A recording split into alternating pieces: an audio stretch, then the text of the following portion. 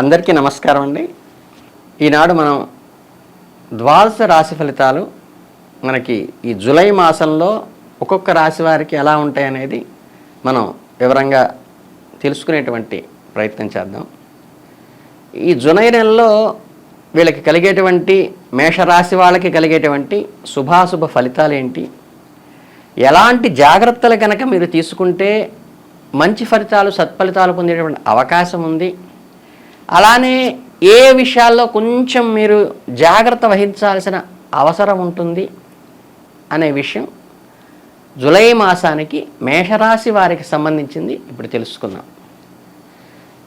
July 16 నుంచి మనకి రవి సూర్యుడు ఏం చేస్తాడంటే కర్కాటక రాశిలో కంటే చతుర్థంలోకి సంచరిస్తూ ఉండటం జరుగుతుంది. అలాగే మనకి జూలై 19వ తారీఖు నుంచి కూడా బుధుడు ఈ చతుర్థంలోంచి పంచమంలోకి రావడం అంటే సింహరాశిలోకి రావడం అనేది జరుగుతుంది.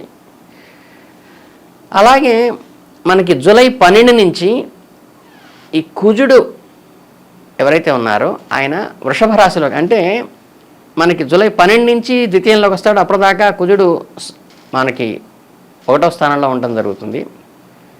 శుక్రుడు వచ్చేసరికి ఏమవుతుందంటే జూలై 6 నుంచి అంటే జూలై స్టార్ట్ అయిన మొదటి వారంలోనే కర్కాటక రాశి చతుర్థంలోకి వస్తాడు. అప్పటిదాకా తృతీయంలో భాతృస్థానంలో ఉండటం జరిగింది.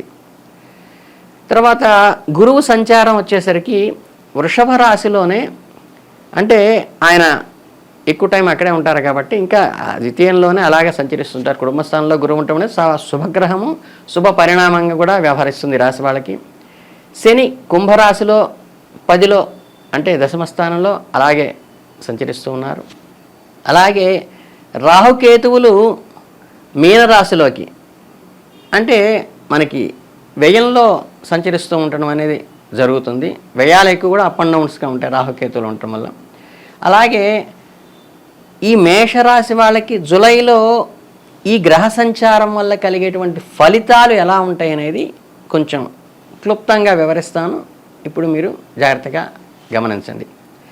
మీకు ప్రధానంగా తీసుకోవాల్సింది ఏంటంటే ఈ ఉద్యోగపరంగా అంటే ప్రొఫెషన్లో కానీ ఫైనాన్షియల్లా కానీ ఆర్థికంగా కూడా చాలా బాగుంటుంది అని చెప్పడానికి చాలా వరకు ఆస్కారం ఉంది. అలాగే ప్రథమార్థంలో ఏంటంటే కొన్ని అంటే మొదటి వారంలో కొన్ని చిన్న చిన్న సమస్యలు వచ్చినప్పటికీ ఎప్పుడైతే మీ వాక్స్థానంలో మాట తీరుతో మరియు వ్యవహార దక్షతతో ఈ సమస్య నుంచి మీరు బయటపడేటువంటి అవకాశం ఖచ్చితంగా ఉంటుంది. ఈ నెలలో మీకు తక్కువ పని ఒత్తిడి అంటే ప్రెషర్ తక్కువ ఉంటుంది.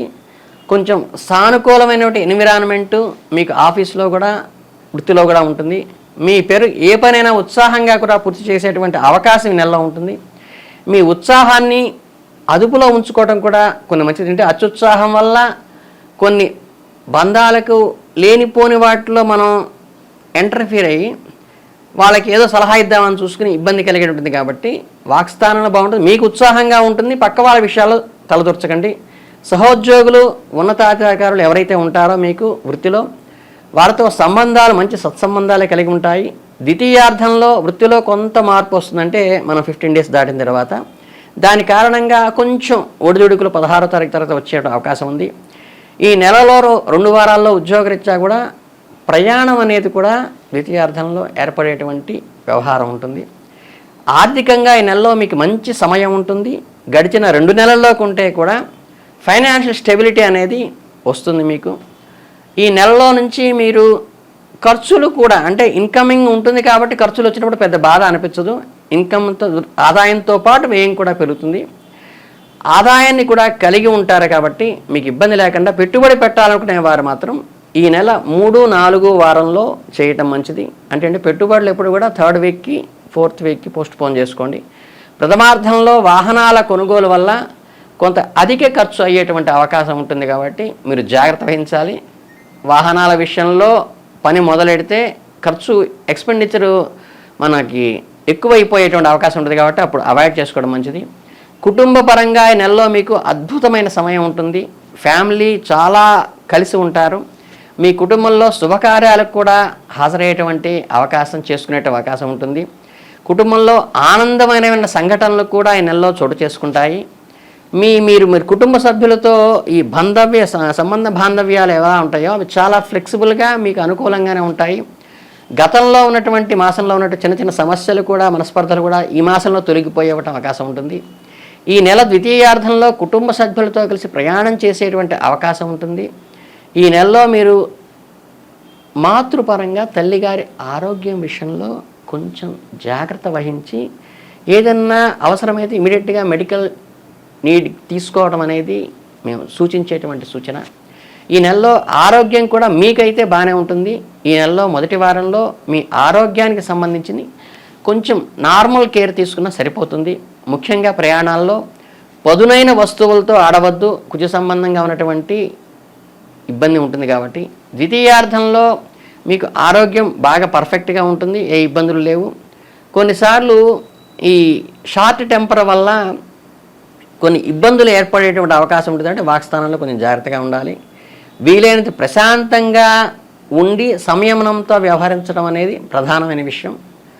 వ్యాపారాలు కనుక ఎవరైతే ఉన్నారో వాళ్ళ వ్యాపారంలో మంచి ఎదుగుదలని కలిగి ఉంటారు.